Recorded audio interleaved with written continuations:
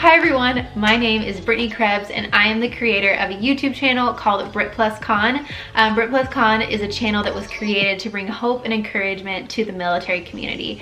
Today I am talking about PCS, and you may know what PCS is because you clicked on this video, but if you don't, PCS stands for Permanent Change of Station, and that happens when a military member and their family go from one duty station to the next. So today I'm going to be talking about PCS and how to have a smooth and easy transition. Today's video is sponsored by PCSgrades, the military community's trusted resource for your next move.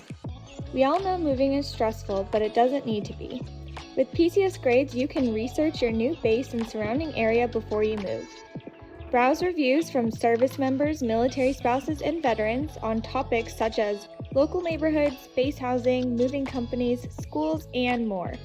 You'll be able to find and connect with a realtor who knows and understands the unique needs of the military and veteran community and help you every step of the way.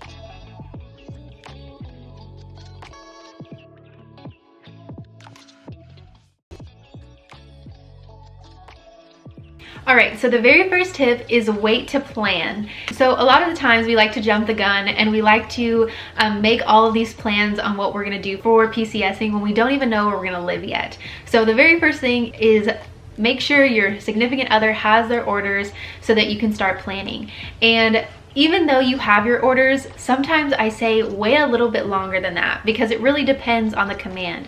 The command could give you your orders a year in advance, or they could give you your orders a few weeks, a few months in advance. So it really depends on when you should plan because one, if you're going to live in base housing, sometimes you need to get on a wait list, and that wait list could be a year out. And so planning sooner, as soon as you get your orders, can be important. However, on the flip side, if you're going to be in an apartment or if you're going to be in a house, sometimes those don't open up until the month before you are ready to move in. So you would have to wait until a month before you're gonna leave to start looking for apartments, start applying for apartments, things like that. So once you get your orders, have that discussion, or maybe even before, have that discussion if you're wanting to live in base housing or in an apartment. And once you get your orders, look into the wait list of possibly base housing or look into apartments. And then if you're gonna go the apartment route, just wait a little bit until you apply. And another thing with after you get your orders, and make sure you have all your paperwork in order, or you have the paperwork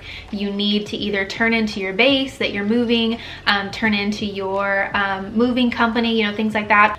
Or the most probably important is make sure you tell your apartment complex, if you do live in an apartment or a house that you're renting, tell them that you are going to be moving out, because there's the military clause where you can break your clause if you are PCSing. So make sure you have all your paperwork in order before you move.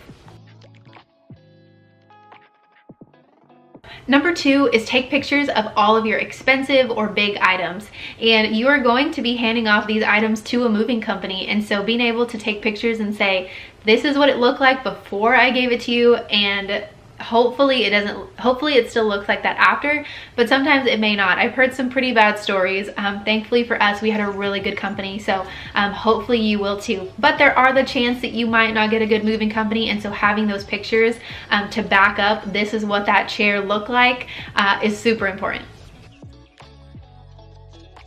Number three is purge as much as you can before you move. I know for us, we gather so many things from different states. When we did a road trip during our PCS, which I'll talk about, we got stuff from every single place we stopped at, and thankfully we had purged before, because by the time we got to our apartment here in Washington, we already had so many like souvenirs and knickknacks and things like that. So you do collect stuff every place you go, and sometimes it can be overwhelming. So get rid of, like, purge all paper, purge everything. Another thing that happened was we didn't purge like papers and stuff that we didn't need in San Diego, and so the movers packed up all of our like trash and paper and put them in the moving truck, and then we had that paper with us in Washington. So that was a headache. I had to go through and just like throw away a bunch of stuff. So make sure you purge beforehand. The next one is don't pack any of your boxes. And I know this is so hard. This was so hard for me. I was like that kind of nice person where I was like, I just want to help them a little bit, so let me make this box, and I'll make this box over here, and just to get this one out of the way, like this stuff out of the way, I'll pack this.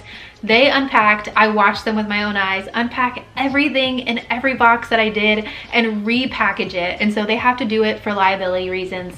They have to package your boxes for you. They can't just take your word for your good packing.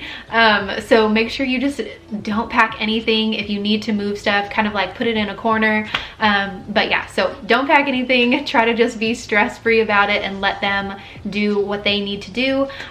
Also, there are certain things that you can't pack. Like I know one of them was aerosol, and like things like that, hairsprays, a bunch of other things. So make sure you talk to your moving manager, which you will get assigned. They will contact you and ask them what things can't be put in the boxes. Another thing I wanted to add to that is there is such thing as a Diddy move. It's a do it yourself move, so Diddy move, and basically you're doing it yourself. You don't have a moving company. You know, do all the packaging yourself. You get a moving truck, things like that, and you go to your duty station. The government will pay you for doing all of that.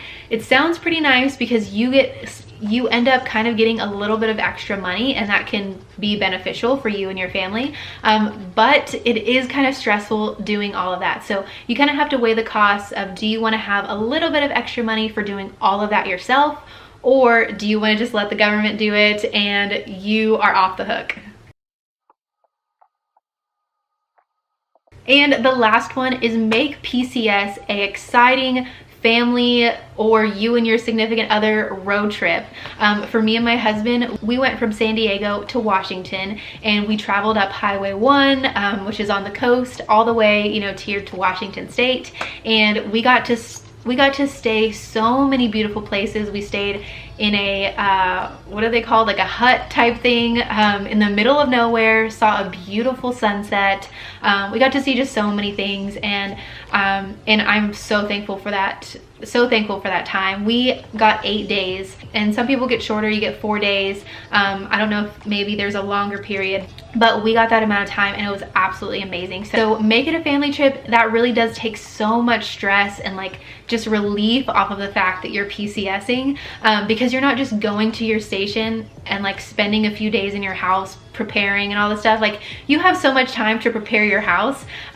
Take that time to just adventure and have fun together, because you don't get that much time like really together in the military. So take that time to just adventure and spend with each other. So that's it for all of my tips. The first PCS can be very stressful, but the fact that the government just takes all of your stuff while you can adventure with your significant other, to me it sounds like an amazing thing. It can be really stressful having to move. I know I don't like moving, but the opportunity to just adventure stress-free just sounds amazing. So sign me up for multiple PCSs. I'm in.